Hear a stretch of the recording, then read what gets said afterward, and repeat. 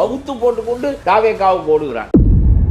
கொள்கை எதிரி என்று சொன்னாரே, கட்சி தொடங்கி 3 ஆண்டுகள் ஆகிவிட்டது. என்ன கொள்கையை இவர் வைத்திருக்கிறார், என்ன கொள்கைக்கு எதிராக பிஜேபி இருக்கிறது, எப்பொழுதாவது சொல்லியிருக்கிறாரா?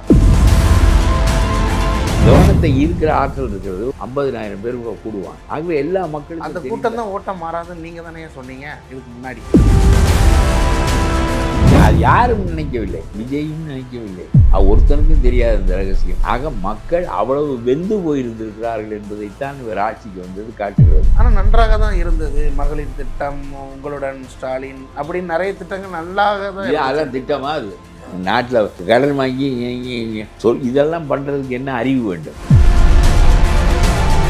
ஆளுநர் இவ்வளோ புகழ்ந்து பேசுகிற அளவுக்கு என்ன சார் நடந்துச்சு? இவரை வளைப்பதற்கு திட்டம் போடுகிற போது இவரும் அவர்களை எதிர்ப்பது. சார் அரசியல் எதிரி திமுக, கொள்கை எதிரி பாஜக, இப்படி சொல்லி தான் இவ்வளோ ஓட்டு வாங்கியிருக்கு.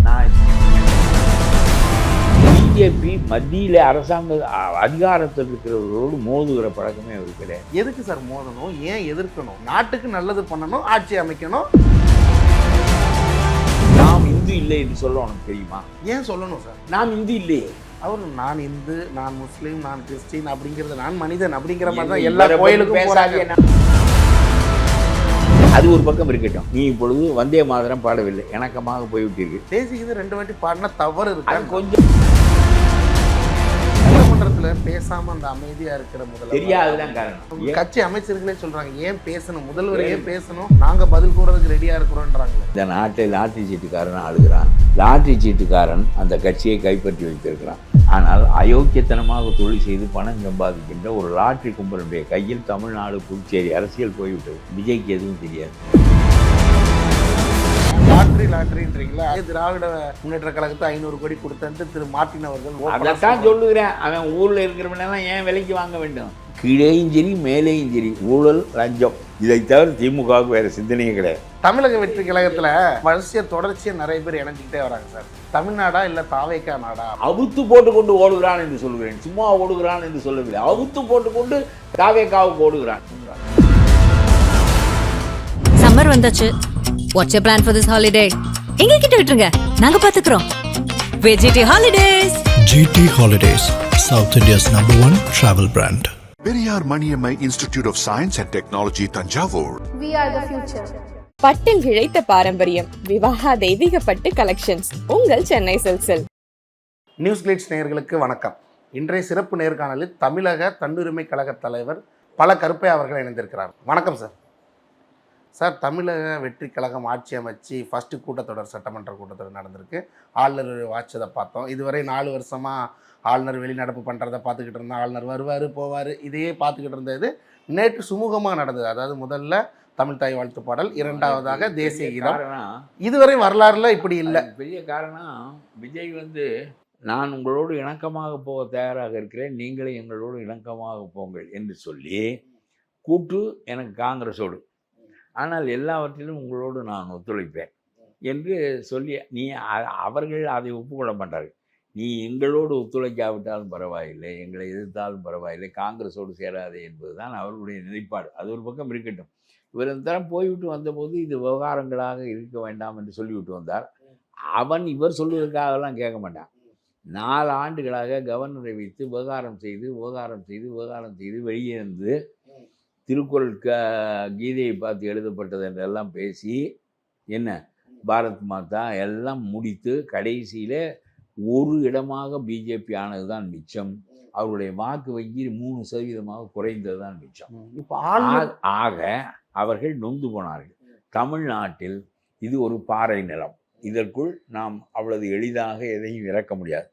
கடப்பாறையை போட்டு அடித்தாலும் தெரிக்கும் கல் என்று அவர்கள் முடிவுக்கு வந்து விட்டார்கள். பிறகு இந்த விஜயவாதி இணக்கமாக வைத்துக் கொள்வோம், அவன் கொஞ்சம் பலவீனப்பட்டால் ஏதாவது ஒரு தப்பு செய்தால் மிரட்டி மறுபடியும் சரி செய்து கொள்ளலாம். இதுல இணக்கமா இருக்கிறதுக்கு என்ன ஐயா இது இருக்கு? இப்ப சட்டமன்ற மாண்பு தானே இவருடைய ஆளுநர் உரைங்கிறது. சட்டமன்ற மாண்பு. கொள்கை எதிரி என்று சொன்னாரே, கட்சி தொடங்கி 3 ஆண்டுகள் ஆகிவிட்டதே. என்ன கொள்கையை இவர் வைத்திருக்கிறார், என்ன கொள்கைக்கு எதிராக பிஜேபி இருக்கிறது, எப்பொழுதாவது சொல்லி இருக்கிறாரா?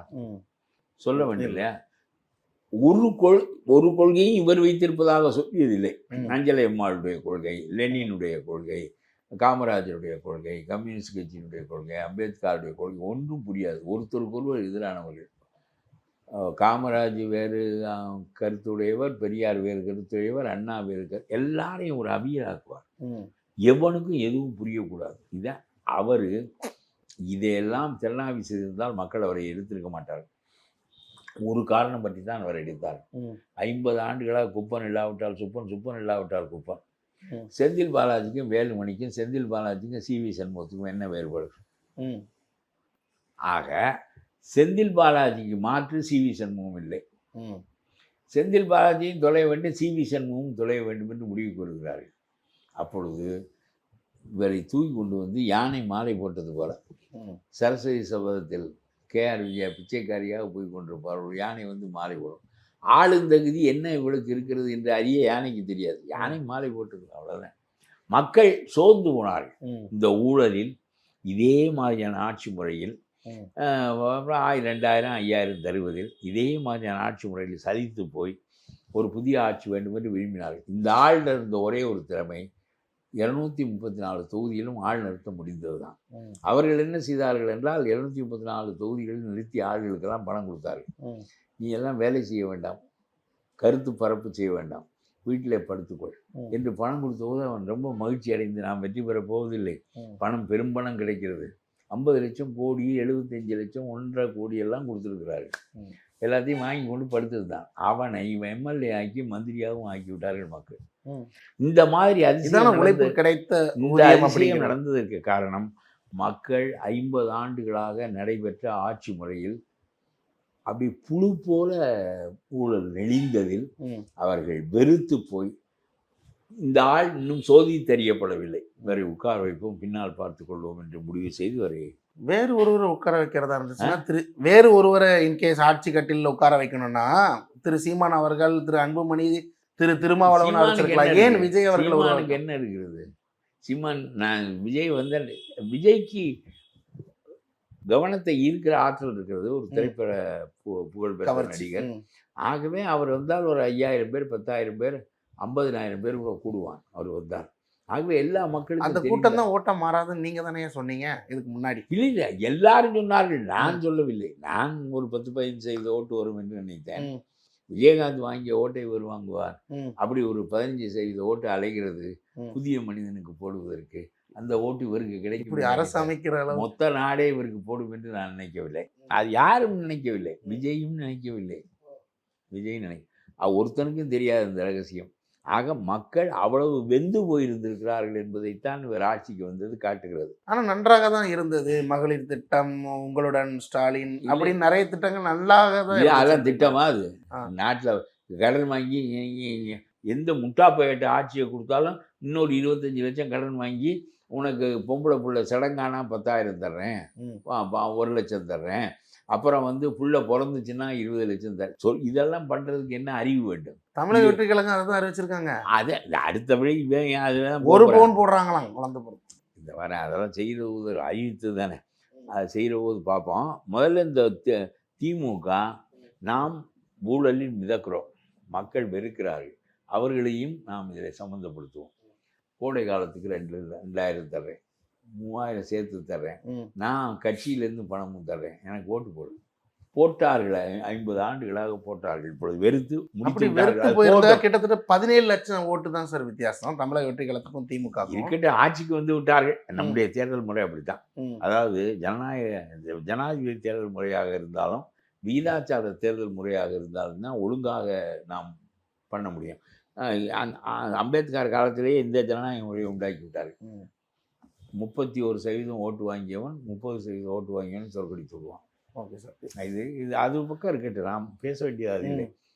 ஆக இப்படி ஒரு யானை மாலை போட்டது போல இவர் ஆட்சிக்கு வந்து விட்டார். இப்போ ஆளுநர் இவ்வளோ புகழ்ந்து பேசுகிற அளவுக்கு என்ன சார் நடந்துச்சு? அதான் மேலே வந்து இவரை வளைப்பதற்கு திட்டம் போடுகிற போது இவரும் அவர்களை எதிர்ப்பதில்லை. எதிர்த்து தானே அரசியலுக்கே வந்தது. கொள்கை எதிரி, அரசியல் எதிரி அப்படிங்கிறது எதிர்க்க மாட்டார் சார். அரசியல் எதிரி திமுக, கொள்கை எதிரி பாஜக. இப்படி சொல்லிதான் இவ்வளவு ஓட்டு வாங்கியிருக்கு. நான் கேட்டதை நீங்கள் விட்டு விட்டீர்கள். கொள்கை என்ன அவர் வைத்திருந்தார், அந்த எந்த கொள்கைக்கு அவர் எதிரி என்று எப்பொழுதாவது சொல்லியிருக்கிறாரா? இவர் யாரையுமே எதிர்க்க மாட்டார். ம். பிஜேபி மத்தியில் அரசாங்க அதிகாரத்தில் இருக்கிறவர்களோடு மோதுகிற பழக்கமே அவர் கிடையாது. எதுக்கு சார் மோதணும்? ஏன் எதிர்க்கணும்? நாட்டுக்கு நல்லது பண்ணணும், ஆட்சி அமைக்கணும், அதுக்கான நல்லது ரெண்டு பண்ணணும், வாக்கியம் அவ்வளவுதானே. சொன்னா எனக்கு புரியும். எதுக்கு அவங்கள எதிர்க்கணும்? இதை தானே அந்த திமுகவும் பண்ணிட்டு இருந்தாங்க. 12 வாக்கியம் பேசுறீருக்கு. ம். அவனுடைய இந்தி நம்ம எதிர்க்க வைக்கிறது, அவனுடைய இந்துத்துவா நம்ம எதிர்க்க வைக்கிறது. இருமொழி கொள்கையில் திறனாக இருக்கிறோம். இல்லை அதெல்லாம் சொல்லுகிறாயே தவிர நாம் இந்து இல்லை என்று சொல்ல உனக்கு தெரியுமா? ஏன் சொல்லணும் சார்? நாம் இந்து இல்லையே, நாம் இந்து இல்லையே. நம்மை அடிமைப்படுத்துவதே நாம் இந்து என்று சொல்வது தானே. நாம் இந்து என்ற மதமே 19ஆம் நூற்றாண்டு, ஒரு நூற்றாண்டுக்கு முன்பு இல்லையே. தேசத்தை இந்து மதத்தின் அடிப்படையில் கட்டித்தானே இந்த நாட்டை நாசமாக்கினார்கள். அதனால தானே பாகிஸ்தான் பிரிந்து போனது. இந்து மதம் தேசியத்தோடு சுதந்திர போராட்டத்தோடு இணைக்கப்பட்டது திலகர் காலத்தில், கோபாலகிருஷ்ண கோபாலய காலத்தில் இணைத்த காரணத்தினால் ஜின்னா பிரிந்து விட்டார். அவர் நான் இந்து, நான் முஸ்லீம், நான் கிறிஸ்டின் அப்படிங்கிறது, நான் மனிதன் அப்படிங்கிற மாதிரி தான் எல்லா கோயிலுக்கும் பேசாதே. நாம் ஒன்று பேசுகிறீர்கள், நாம் இந்து இல்லையே. இந்து நாம் இல்லை என்பதற்கு கருத்து சொன்னால் இவர் சொல்லுகிறார், இவர் எல்லாவற்றுக்கும் போவார், எல்லாரையும் ஏமாற்றுவதற்கு. மீனாட்சி கோயிலுக்கு போவார், திருச்செந்தூர் போவார், அந்தோணி கோயிலில் முழங்காலால் மண்டியிடுவார். இதெல்லாம் பெரிய மூட நம்பிக்கையிலே ஊறி வளர்ந்தவர். ஜோசியனை ஆலோசகராக வைத்திருக்கிறார். விடுங்கள், நம்ம பேச வேண்டிய அரசியல் எவ்வளவு இருக்கிறது. அதனால இவருக்கு கொள்கையும் கிடையாது, எதிரியும் கிடையாது. இவர் அதிகாரம் உள்ளவரிடம் எப்பொழுதும் இணங்கித்தான் போவார். இப்பொழுது இவருடைய ஆட்சிக்கு போதாமை இருக்கிறது. ஆகவே காங்கிரஸ் மற்றவன் எல்லாரையும் வளைத்து வைத்துக் கொண்டு இவர் நாடு ஆளுகிறார். ஆளுக்கு 2 மந்திரி பதவி கொடுத்து கொண்டு. அது ஒரு பக்கம் இருக்கட்டும். இப்பொழுது நீ முதல் முறையாக வந்திருக்கிறாய், சரி, வந்தே மாதரம் பாடவில்லை என்று ஒரு இணக்கப்படுத்தி கொண்டாய். பிஜேபியும் பாடம் கற்றுக்கொண்டிருக்கிறார். விடிந்தால் எழுந்தால் கவர்னரை வைத்து கொண்டு நாம் அட்டகாசங்கள் செய்து கொண்டிருந்த போது பிஜேபி ஒரு இடத்திற்கு வந்து விட்டது. 4 பேர் இருந்தவன் ஒரு இடத்திற்கு வந்து விட்டான். 10-12 வாக்குகள் வைத்திருந்தவன் 2% வாக்குக்கு வந்து விட்டான். ஆகவே ஒரு கட்சி நாம் ஆட்சிக்கு வந்து 10-12 ஆண்டுகள் ஆன பிறகும் அது தேய்கிறது. அதுக்கு காரணம் உடைய மோதல், தமிழ்நாட்டினுடைய தனித்தன்மை. அவர்கள் மொழி, இனம், நாகரிகம், இலக்கியம் எல்லாவற்றிலும் தனித்தன்மையானவர்கள். தனி நாகரிகம், சிந்து சமொழி நாகரிகத்துக்குரியவர். அவர்களிடம் போய் நம்முடைய இந்துத்துவா கொள்கையை திணித்தால் எடுபடாது. இந்துத்துவா கொள்கை என்பது வேத நாகரிகம், வேத நாகரிகம் என்பது பார்ப்பனிய நாகரிகம். அந்த பார்ப்பனிய நாகரிகத்தை இந்தியா முழுவதுக்குமான நாகரிகமாக அவர் எல்லா இடங்களிலும் வெற்றிகரமாக செய்துவிட்டார்கள். அதை தமிழ்நாட்டில் செய்ய முடியவில்லை, செய்ய முடியாது. திராவிட இயக்கம் இருக்கின்றவர்களும் செய்ய முடியாது. திராவிட இயக்கம் பூரா ஊழல் பிடித்த, சிக்கு பிடித்த இயக்கமாக இருக்கிற காரணத்தினால் இந்த திராவிட கொள்கையை மட்டும் காப்பாற்ற வேண்டியது அவசியம் என்பது என்னுடைய கருத்து. மொழி, இன அடிப்படையிலான இந்த கொள்கை நமக்கு பெரியாரும் அண்ணாவும் தந்த மாபெரும் சொத்து. இந்த கொள்கையை என்றைக்கு தமிழன் இழக்கிறானோ அன்றைக்கு அவன் தனித்தன்மையை இழந்து விடுவான். He will lose his identity. அது ஒரு பக்கம் இருக்கட்டும். நீ இப்பொழுது வந்தே மாதரம் பாடவில்லை, இணக்கமாக போய்விட்டீர்கள். அவன் நாம் வம்பு செய்து பிஜேபி இருக்கிற வேரும் போய்விடுகிறது என்று அவன் நினைக்கிறான். தேசிய இது 2 வாட்டி பாடினா தவறு இருக்கு. கொஞ்சம் இவர் மரபுங்கிறது நம்ம சொல்ல என்ன 2 தரம் பேசி அவரை கொஞ்சம் சரி பண்ணி வைத்துக் கொள்வார். வந்தே மாதரம் பாடாமல் அவர் சரி பண்ணி வைத்துக் கொள்வார். 2 பேருக்கும் தேவை இருக்கிறது. காங்கிரஸோடு சேராதே, என்னோடு மட்டும் இருக்கின்றானவன். காங்கிரஸோடு சேருவதற்கு இங்கே சிறுபான்மை வாக்குகள் தேவையாக இருக்கிறது. ஆகவே காங்கிரஸோடு சேர வேண்டியிருக்கிறது. ஆனால் உன்னோடையும் சேர்ந்து கொள்கிறேன் என்று சொல்லுவார். இந்த இரட்டை அமைப்பு என்பது அவருக்கு இயல்பான ஒன்று. அது ஒரு பக்கம் இருக்கட்டும். அவர் எப்பொழுதும் யாரையும் மோத மாட்டார். அவருக்கு எதுவும் தெரியாது. சட்டமன்றத்தில் பேசாம அந்த அமைதியா இருக்கிற முதல்வர் தெரியாதுதான் காரணம். 2 பேர் 2 வகையானவர்கள் பேசுவதில்லை. பெரிய ஞானி பேச மாட்டான். பெரிய ஞானின்னு வச்சுக்கலாமா? பெரிய ஞானி பேச மாட்டான். ஏனென்றால் அவ்வளவு பெரிய ஞானத்தை இந்த நாடு தாங்காது, நம்மோடு சுற்றி இருக்கிறவன் தாங்க மாட்டான் என்று சொல்லி தாவோயும் படைத்த லாசை எவனோடும் பேச மாட்டான். கட்சி அமைச்சர்களே சொல்றாங்க, ஏன் பேசணும், முதல்வர் ஏன் பேசணும், நாங்க பதில் கூறதுக்கு ரெடியா இருக்கிறோன்றாங்களே. இவனுக்கு தெரியும், இவன் பெரிய அறிவு கொழுந்துகள், இவங்கெல்லாம் மந்திரிகள். அப்படிங்க, இந்த கேள்விக்கெல்லாம் அந்த துறை அமைச்சர்கள் பதில் சொல்லாம மற்ற அமைச்சர்கள் பதில் சொல்றாங்க. அது எவனாவது ஒருவன் சொல்லுவான், இந்த நாட்டை லாட்டரி சீட்டுக்காரன் ஆளுகிறான்.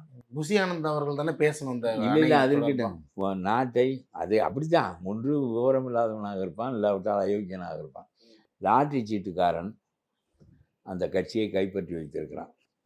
லாட்டரி சீட்டுக்காரன் மாமியார் அதிமுகவை கைப்பற்றி வைத்திருக்கிறார். லாட்டரி சீட்டுக்காரனுடைய மகன் புதுச்சேரியை கைப்பற்றியிருக்கான். தமிழ்நாடு லாட்டரி சீட்டுக்காரன், நான் சொல்லுகிறேன், ஒரு முதலாளி கைக்கு விலை போனாலும் நான் ஒப்புக்கொள்ள மாட்டேன். அந்த முதலாளி டாட்டாவை போல நேர்மையான முதலாளியாக இருந்தால் நான் சொல்லக்கூடியதா, டாட்டா நேர்மையான முதலாளி. அப்படி ஒரு நேர்மையான முதலாளி கையிலே நம்முடைய நாட்டின் அதிகாரம் போகுமானால் நான் ஒப்புக்கொள்ள மாட்டேன். பெருவாரியான மக்கள், ஏழை மக்கள், அவர்கள் தங்களுடைய கொள்கைகளை டாட்டா தீர்மானிக்க முடியாது என்று சொல்வேன். ஆனால் அயோக்கியத்தனமாக தொழில் செய்து பணம் சம்பாதிக்கின்ற ஒரு லாட்டரி கும்பலுடைய கையில் தமிழ்நாடு, புதுச்சேரி அரசியல் போய்விட்டது. இந்த ஸ்டாலினுக்கு, இந்த விஜய்க்கு எதுவும் தெரியாது. ஓகே ஐயா, இப்போ ஆக இந்த தீர்ப்பாய தீர்மானம் தப்பு. எடப்பாடி எடுத்த நிலைப்பாடு பெரிய அளவுக்கு வரவேற்கிறதுக்கு. இப்போ நீங்கள் சொன்னீங்கல்ல, இப்போ திமுகவில் நேரு அவர்கள் மாதிரி சிறப்பாக பேசக்கூடியவர்கள், அவர் அதே மாதிரி அந்த திமுக உறுப்பினர் சிவசங்கர் அவர்லாம் லஞ்சம் வாங்கி நாரி போயிருக்காரு. பேச்சுக்கு சொன்னேன் சொல்றீங்க. அதாவது சிவசங்கர் பேசுறது எல்லா லஞ்சம் வாங்கி நாரி போனவர்களுக்கிடையே விவரமான மனையாவது வைக்கலாம். எது அதுக்கு என்ன செய்யறது? கருணாநிதி திருவாரூர் குடும்பத்திலே உதயநிதி தானே பிறந்தார். எப்படி வழி வழியாக அவர்கள் ஆள முடிகிறது? என்றைக்கு ஒரு முதலமைச்சருக்கு ஒரு மந்திரியை நியமிக்கவும் நீக்கவும் அதிகாரம் இருக்கிறதோ அப்பொழுது அவன் தானாகவே automatically he will become a king. புரியுதா? அதாவது நான் விரும்பினால் உங்களை போடுவேன் மந்திரியாக, இல்லாவிட்டால் அவரை போடுவேன், உங்களை மிரட்டுவேன். அதான மரபு. ஐயா, நீங்கள் இந்த நாட்டிலே நீங்கள் யார்? சாதாரண ஆளா? நம்முடைய வைகோ சொல்வது போல சொன்னால் ஒபாமா. என்ன சொல்ல மாட்டீர்கள் நீங்கள்? இன்னொரு கம்யூனிஸ்ட்காரர் சொல்லியிருக்கிறார், விஜய் என்பவர் காரல் மார்க்ஸுக்கு நிகரானவர். அதே காரல் மார்க்ஸை 10 தடவை செருப்பாலடி, அதுக்கு சமமான வேலை நீ செய்த வேலை. 10 தடவை ஒரு சிவப்பு துண்டை போட்டுக்கொண்டு செருப்பால் காரல் மார்க்ஸுடைய கட் அவுட்டை அடித்தால் அது எவ்வளவு கொதிப்பை உண்மையாக நம்புகிறவர்களுக்கு ஏற்படுத்துமோ அவ்வளவு கொதிப்பு ஏற்படுகிறது. விஜயும் காரல் மார்க்ஸும் நீ ஒன்று என்று சொல்லு. அப்புறம் ஒபாமாவும் விஜயும் ஒன்று என்று. இதில் விஜய் அளவுக்கு ஒபாமா மட்டம் என்று பொருளா, இல்லை ஒபாமா அளவுக்கு விஜய் கூடுதல் என்று பொருளா என்று எனக்கு தெரியாது. எனக்கு ஒபாமாவை பற்றி ஒன்றும் தெரியாது. He is not a theoretician. Yes. So I do not know who he is. Okay sir, சட்டமன்ற நிகழ்வுக்கு வரும். லைவ் கட் ஆகுறது. அவர் இதே சொன்னார் ராஜ்மோகன் அவர்கள், லைவ் டெலிகாஸ்ட் ஆகும் தெரியவில்லை. அவர்கள் வைக்கவில்லை என்று சொன்னால் பிறகு இல்லை, ஃபர்ஸ்ட் வாட்டியா இருக்கு ஒரு சண்டை, ஒரு தெரியாம ஏதாவது பேசினா மக்கள் மத்தியில் தன்னுடைய ஆட்சியில் செய்த ஒரு நன்மையை நான் விடாமல் பாராட்டுகிறேன். பரந்தூர் விமான நிலையத்தை தூக்குவது என்று அவர் எடுத்த முடிவு மிகச்சிறந்த முடிவு. அவர் அதற்காக போய் நின்றார். திமுக காரன் சுற்றி நிலத்தை இனிதானே சார் பார்க்கணும். அப்போ நிறைய திட்டங்கள் வரும். இல்லை, வரட்டும். வருவது நான் என்ன சொல்கிறேன், நீ சரியானதை செய்தால் ஐ சல்யூட் யூ. நீ தவறானதை செய்தால் இந்த காவிரிக்கெல்லாம் முன்னால் போராட முடியுமா என்று நான் ஐயப்படுகிறேன். இந்த காங்கிரஸ்காரனை வைத்துக்கொண்டு உதயநிதி சொல்லுகிற தீர்மானத்தை எல்லாம் போட்டுக்கொண்டு ஒன்றும் புரியவில்லை உனக்கு. புதிய தீர்ப்பாயம் என்பது பழைய தீர்ப்பாயத்தின் தீர்ப்பை என்ன செய்யும்? ரத்து செய்து விடுமா? அடுத்த ஜெனரேஷனாக வருது சார். இப்போ கலைஞர், அப்படி பார்க்க கூடாது. அப்படி பார்க்க அம்மையார் ஜெயலலிதா. இனி அடுத்து திரு விஜய், திரு அடுத்த தலைமுறை முட்டாள்தனமாக பேசினால் இந்த முட்டாள்தனத்தினால் நாடு அழிந்து விடும். நான் என்ன சொல்கிறேன், அதை விட வளர்ச்சி அடைந்த மனிதர்கள் தமிழ்நாட்டில் இருக்கிறார்கள். முட்டாள்கள் ஆட்சிக்கு வரக்கூடாது. இவங்களோட எண்ணம் மக்கள் நலன். புதுசாக வர்றவனுக்கெல்லாம் மக்கள் நலன், பழைய ஆளுக்கெல்லாம் மக்கள் நலன் என்று எந்த அறிவு இருந்திருந்தால் இப்படி திராவிட கட்சிகள் எந்த அடிப்படை எவ்வளவு ஊழல் ஏதோ பல திராவிட கட்சி ஊழல் என்றால் திராவிட கொள்கை ஊழலா? திராவிட கொள்கை தப்பா? அதே கொள்கை தான் நீ இப்படி பின்பற்றுகிறாய். என்ன இப்படியே புதிய மனிதர்கள் எல்லாம் சிறந்தவர்கள், பழைய மனிதர்கள் எல்லாம் மோசமானவர்கள், அதுதான் பின்பற்றுகிறாய் நீ. ஆக இது ரொம்ப முட்டாள்தனமான கூட்டமாக இருக்கிறது. ஆனால் பரந்தூர் விமான நிலையத்தை நீ ஏற்றுக்கொள்ள மாட்டோம், கரட்டு நிலத்திற்கு விமான நிலையம் போகட்டும் என்று அந்த மக்களை காத்தது. 4000 ஏக்கர் நஞ்சு நிலம் காக்கப்பட்டது, 80 ஏரிகள் காக்கப்பட்டன, 28 கிராம மக்கள் காக்கப்பட்டார்கள், அவருடைய வீடு வாசல்கள் காக்கப்பட்டன என்பது பாராட்டத்தக்கது. அப்போ இந்த இபி இதில் டெண்டரை கட் பண்ணது அதெல்லாம் நீ செய்த பிறகு பண்ணியிருக்காங்க. நான் என்ன சொல்லுகிறேன், அதை பாராட்டணும். ஆரம்பித்திருக்கா, என்னென்ன செய்ய போகிறாய், உங்களுடைய மந்திரிகள் என்னென்ன செய்ய போகிறார்கள் என்று பார்ப்போம். நீ ஒரு தப்பான ஆளை அறநிலைத்துறையில் நான் சொல்ல வருவதே ஒரு பல திட்டங்கள் என்ன இது பேசுகிறீர்கள்? லாட்டரி காரனை தலைமையில் வைத்துக் கொண்டு லாட்டரி குடும்பம் நாட்டை ஆளுகிறது என்று சொல்லுகிறேன். நீ என்ன பெரிய நன்மையை செய்துவிட அவர்கள் விடுவார்கள். அப்புறம் உனக்கு ஒன்றும் தெரியாத காரணத்தினாலே ஜோசியன் ஆலோசகனாக இருக்க வேண்டியிருக்கிறது, ஜான் ஆரோக்கியம் ஆலோசகனாக இருக்க வேண்டியிருக்கிறது. உன்னால் எவ்வளவு நடத்த முடியும் என்று தெரியவில்லை. ஒரு உதயநிதி சொன்னால் அவரை ப்ளீஸ் பண்ணுவதற்காக உடனே இந்த தீர்மானத்தை உள்ளே கொண்டு வருகிறாய். அது யோசிக்க உனக்கு தெரியவில்லை. அதனால எவ்வளவுக்கு நீ கொண்டு செலுத்துவாய் என்று எனக்கு தெரியாது. எப்பொழுது உன்னுடைய அச்சு முடியும் என்று எனக்கு தெரியாது.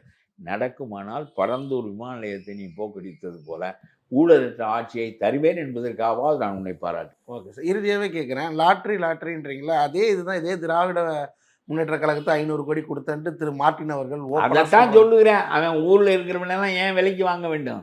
ஒழுங்காக சம்பாதிக்கிறதால் விலைக்கு சென்ட்ரல் கவர்மெண்ட்லேயும் கொடுத்துருக்காங்க. அந்த ஏன் அவன் வாங்க வேண்டும்? நான் கேட்குறேன், பிஜேபின்னு இருக்க தவறான போக்கு உங்களுக்கு சொல்லுகிறேன். எதுக்கு 1700 கோடி ரூபாய் இவனை போன்ற மனிதர்களிடம்? மோடி லஞ்சம் வாங்க மாட்டார்.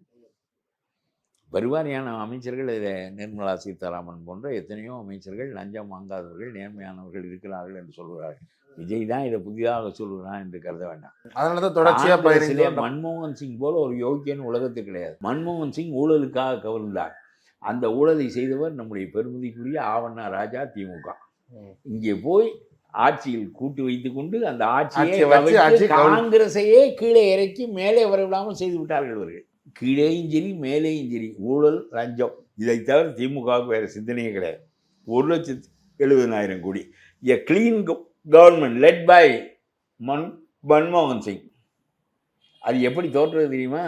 ஊழலுக்காக தோற்றுறது. தமிழக வெற்றி கழகத்தில் வரிசையாக தொடர்ச்சியாக நிறைய பேர் இணைஞ்சிக்கிட்டே வராங்க சார். தமிழ்நாடா இல்லை தாவேக்கா நாடா அப்படின்ட்டு ஒரு கேள்வியே வைக்கிறாங்க அந்த சோசியல் மீடியாக்கள். நாட்டினுடைய பொது நெறி அமைப்பு குலைந்து விட்டது. ஏன் இவ்வளோ பேர் சேர்னாங்க? அதுக்கு நம்முடைய நுகர்ச்சி பொருளாதார ஒரு காரணம். இது கன்சியூமர் சொசைட்டியாக நம்முடைய இந்தியா மாறிவிட்டது. இதற்கு சந்தை பொருளாதாரம் ஒரு பெரிய காரணம். அதனாலே கார்பரேட்டுகள் தான் நம்முடைய நாட்டை ஆளுகிறார்கள். புரிகிறதா? இங்கிருந்து ஒரு தென்கொரியாக்காரன் வராமல் போய்விட்டால் உனக்கு இடம் தருகிறேன், என்னுடைய மடியை கூட தருகிறேன், நீ போய்விடாதே என்று கேட்க வேண்டியது இருக்கிறது. நிலத்தை இலவசமாக கொடுக்குறோம், பல காலங்களுக்கு வரியை தள்ளுபடி செய்கின்றோம். அவனுடைய நன்மைக்காக சம்பாதிப்பான். அந்த முதலாளி இந்த நாட்டுக்கு பெரு நன்மை செய்வதன் போல ஒரு 500 பேருக்கு அவன் வேலை கொடுக்குறான் என்பதற்காக பெரு நன்மை செய்தவன் போல அவனை வணங்குகிறோம், குலதெய்வம் போல. இந்த மாதிரி 50 குடும்பங்கள் தான் 500 பாராளுமன்ற உறுப்பினர்களை கட்டுப்படுத்துகின்றன என்பது உங்களுக்கு தெரியாது. ஒவ்வொரு கார்ப்பரேட்டும் 10 பாராளுமன்ற உறுப்பினர்களுக்கு வசதியெல்லாம் செய்து கொடுத்து கொண்டே இருக்கும். எவன் பயிலாவது தான் இருப்பான். ஒரு எம்பி ஜவஹர்லால் நேரு போல, லோகியா போல, ஜெயபிரகாஷ் நாராயணன் கிருபலானி போல மிகச்சிறந்த மனிதர்களை தவிர மற்றவர்களெல்லாம் they are in the pockets of the corporates. இது 500 எம்பிக்களில் 250 பேர் கிரிமினல்கள் என்று சிங்கப்பூர் முதலமைச்சர் தலைமை அமைச்சர் சொன்னார். உடனே மோடி கோவப்பட்டார். எங்களுடைய சுயமரியாதை போய்விட்டது. 250 பேர் இல்லை என்று சொல்லணும்னால் முடியவில்லை. நாட்டு சீட்டுக்காரனை நீயும் பணம் வாங்கி கொடுக்குறேன். இது இந்த பாருங்க, கன்சியூமர் சொசைட்டி, மார்க்கெட் எக்கானமி, அதில் கார்ப்பரேட்டினுடைய கை ஓங்கல், இதில் தப்பான தொழில் செய்கிற லாட்ரிக்காரர்களுடைய ஓங்கல் ஒரு பக்கம், இன்னொரு பக்கம். இப்படி இந்த நாடு எவ்வளவோ புரட்சிகளுக்கு தயாராக வேண்டிய கட்டத்தில் தான் இருக்கிறது. இதெல்லாம் விஜய் சும்மா அந்த போகிற இடத்துல அந்த தூசியை கொஞ்சம் தட்டி விட்டு போவதனாலே இந்த வீடு தூய்மை அடையாது. அவரெல்லாம் சும்மா சிசுபி என்று சொல்லுகிறேன். பெரிய காரியங்கள் நாட்டுக்கு ஆற்ற வேண்டும் நான் சொல்லுகிறேன். அதனால இந்த கார்ப்பரேட் முதலாளித்துவம், அப்பல்லோ ஆஸ்பத்திரிகளெல்லாம் பெரிய பங்களாக்களாக, பெரிய விடுதிகளாக, 5 நட்சத்திர விடுதிகளாக உருவாகின்றன. சிபிஎஸ்சி பள்ளிக்கூடத்திற்கு 1 லட்சம் ரூபாய் குறைந்தது பணம் கட்டுகிறவன் தான் சேர முடியும். ஆகவே இந்த நாடு ஒரே மாதிரி கல்வி கிடையாது, ஒரே மாதிரி மருத்துவ வசதி கிடையாது, ஒரே மாதிரியான வாழ்க்கை தரம் கிடையாது. அதற்கு ஒட்டியாவது நமக்கு கொடுக்கக்கூடிய அரசுகள் கிடையாது. இதையெல்லாம் புரிந்த விஜயும் கிடையாது. இங்கிருந்து ஆவாவென்று ஓடுகிறவனெல்லாம் இருக்கிறானே, அவுத்து போட்டுக்கொண்டு ஓடுகிறான் என்று சொல்லுகிறேன். சும்மா ஓடுகிறான் என்று சொல்லவில்லை, அவுத்து போட்டுக்கொண்டு தாவேக்காவுக்கு ஓடுகிறான். முட்டாள். சரி விடுங்க. நன்றி. சம்மர் வந்தாச்சு. What's your plan for this holiday? எங்க கிட்ட விட்டுருங்க, நாங்க பாத்துக்கிறோம். VGT Holidays. GT Holidays, South India's #1 travel brand. Periyar Maniammai Institute of Science and Technology, Tanjavur. We are the future. பட்டில் இழைத்த பாரம்பரியம், விவாகா தெய்வீக பட்டு கலெக்ஷன்ஸ், உங்கள் சென்னை சில்க்ஸில்.